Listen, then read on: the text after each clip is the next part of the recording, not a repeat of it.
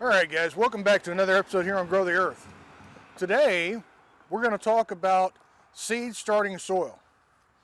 Now, I know a lot of people buy the little bags of seed starting mix, and to those people that's great if they want to do that. The only thing that I'll caution you about is that is simply a seed starting mix. It's just a medium. There are no nutrients in that mix at all. Most of it is either a cocoa coir or shredded leaves or something like that, and it has absolutely no nitrogen in it that is going to help grow these plants. So basically it's just a medium to start seeds in, and a seed has enough energy in it to grow to about 1.5 inches. That is a sprout. When it gets its first set of actual leaves, that is a sprout. And that's about all seed starting mix is good for, is getting to that point, and then you have to replant them into some kind of a soil that is going to provide nutrients for it. So for that, I like to use a regular potting mix or a compost or a soil out of the garden or some soil that has nutrients in it, because when I plant seeds, I plant them in 3 to 4 inch round containers because I don't want to deal with replanting. So instead of planting in the seed trays that have got like 64 of them, and then after 2 weeks or so having to pull those out and put them in pots and uppot them, I just plant them in the pot that they're going to grow in until I put them outside. So using regular potting mix that you get from the store, or using your own compost, or even using soil out of your garden, it poses a couple of problems. Number one is the soil itself may have material in it that is too big. In order for it to be good for sprouting seeds, it needs to have very small material, and it needs to be very light. On the same note, you don't want anything that is going to have very large size material in it, because if that happens to make it on top of your seed, it's going to prevent it from sprouting. You don't want a soil that is sand or clay or something hard that's going to hard pack, because that's going to inhibit your seeds from sprouting. So I myself like to use some other type of soil other than seed starting mix. Other than the fact that I don't like to rebuy stuff every year, I like to use my own compost because it's readily available and it's free. But there's some large material in there, and we have to have a way to get it out. So what I have here in front of me is actually something that I just built, actually probably within 30 minutes. And it's a nice little tool to have, and it makes sifting this material very easy. And that's precisely what it is. It's a soil sifter. So I'm going to bring you guys in closer, and I'm going to show you this and show you how I constructed it and why I did it that way. Alright guys, so here's some material that we had. This is actually some soil that we had used previous years, and the stuff didn't sprout in it. And as you can see here, some of this is light, but it also has some bigger stuff in it. And I predict that may have been why we had a hard time sprouting stuff in it, because this larger material created some issues with us sprouting seeds in it. So what we're going to do is we're going to take this material, we're going to put it on our sifter here, and I'm just going to throw this in. Some of it's already going through, some of it's not.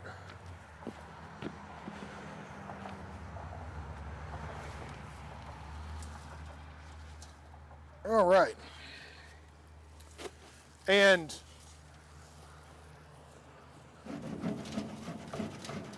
we're just going to shake this back and forth. So what we're seeing here is we actually had a lot of material that is not going through our sifter here. And you can do it just like this, how I'm doing it, and just kind of move it around, and it'll make its way through what needs to make its way through. Or you can shake it back and forth, which will make it work its way through. And then what you have left, and another note, another tip here, before you do this, wet your material a little bit. Don't try and do it dry like I did. All right, so now that we're through sifting, we have all this material left. Wood and sticks and other things like that. Now these things like this, we can just break up with our hands and give it a couple more little shakes and it'll go through.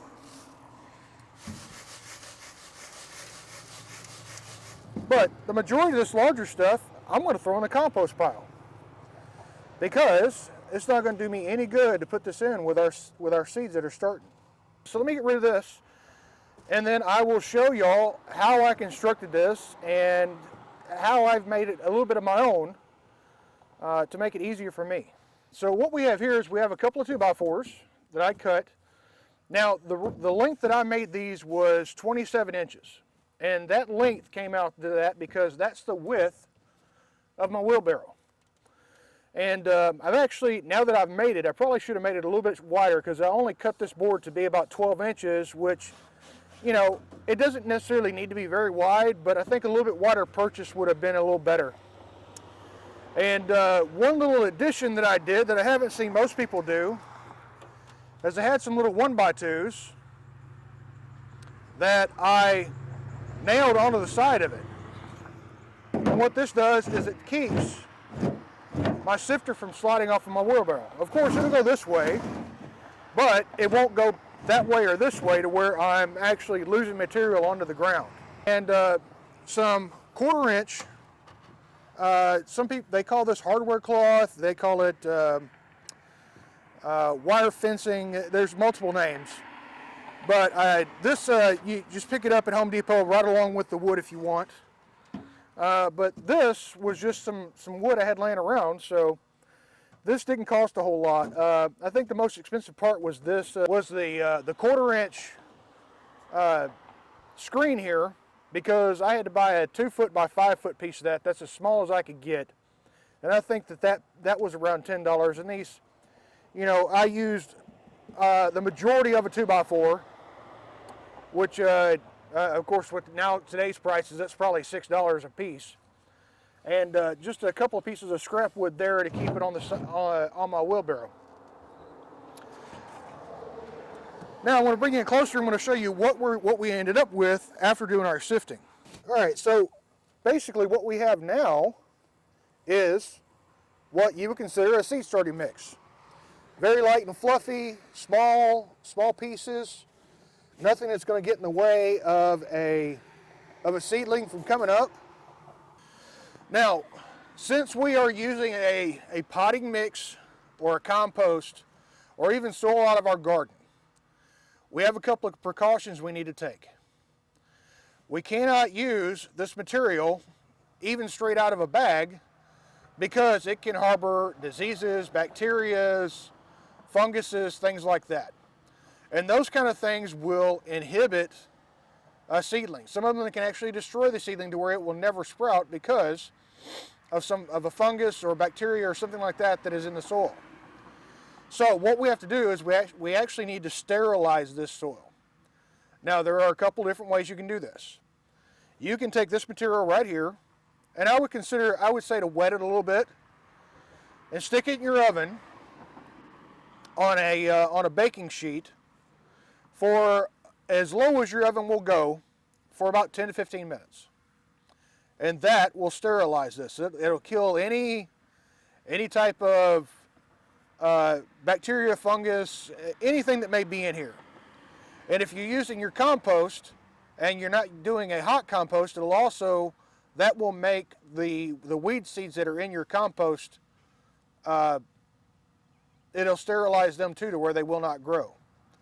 So, there's also a second method. And what you can do is you can actually add just boiling hot water to that soil. And that will have the same effect, because that boiling hot water will sterilize that soil to where, well, basically nothing in it will survive. Now, either one of these methods is not going to damage the nutrients in the soil. Now, if you take the soil and you cook it in your oven for 2 or 3 hours, yeah, you're probably not going to have much of a soil left. It's probably going to try and turn into an ash because it's going to dry out too much.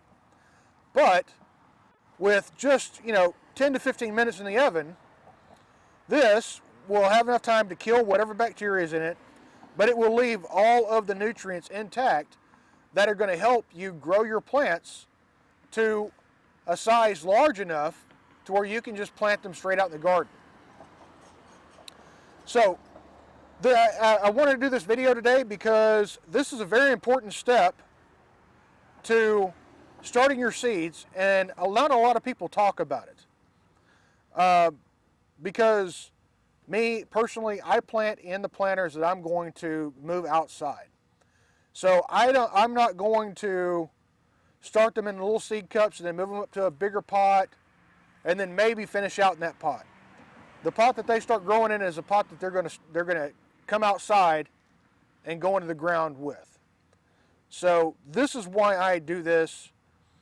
And like I said, if you want to use seed starting mix you get from the store, that's fine. But be prepared that once they get to about 1.5 inches, if you don't move them into another soil that has some nutrients in it, that they will start suffering and they are not going to grow very well. So this is my way of sowing once and not having to worry about replanting, because I don't want to. I don't have the time for it. It seems like a waste to me to start in a material that is inert and has no nutrients in it, to then later on, after the plant reaches 2 to maybe 3 weeks later, taking those plants and then moving them into the pots that you were going to move them outside to anyway. So I don't see the point of making that extra step. I thank you guys for joining me today. I hope the information I gave you is helpful and that you found it very interesting and that you would take it and share it with your friends. I have a lot of other information on my channel, and I encourage you to go back and look at some of those because I have some stuff that I filmed last year that I may not go over this year. So it'd be helpful to go back and look at that. Also, there is a playlist of all the fall vegetables and all the seed starting stuff. So I've gathered all that stuff together for you to make it easy for you to find it, and I hope that you do that. And as always, guys, I ask you to pray over your family, pray over your garden, and have a great day.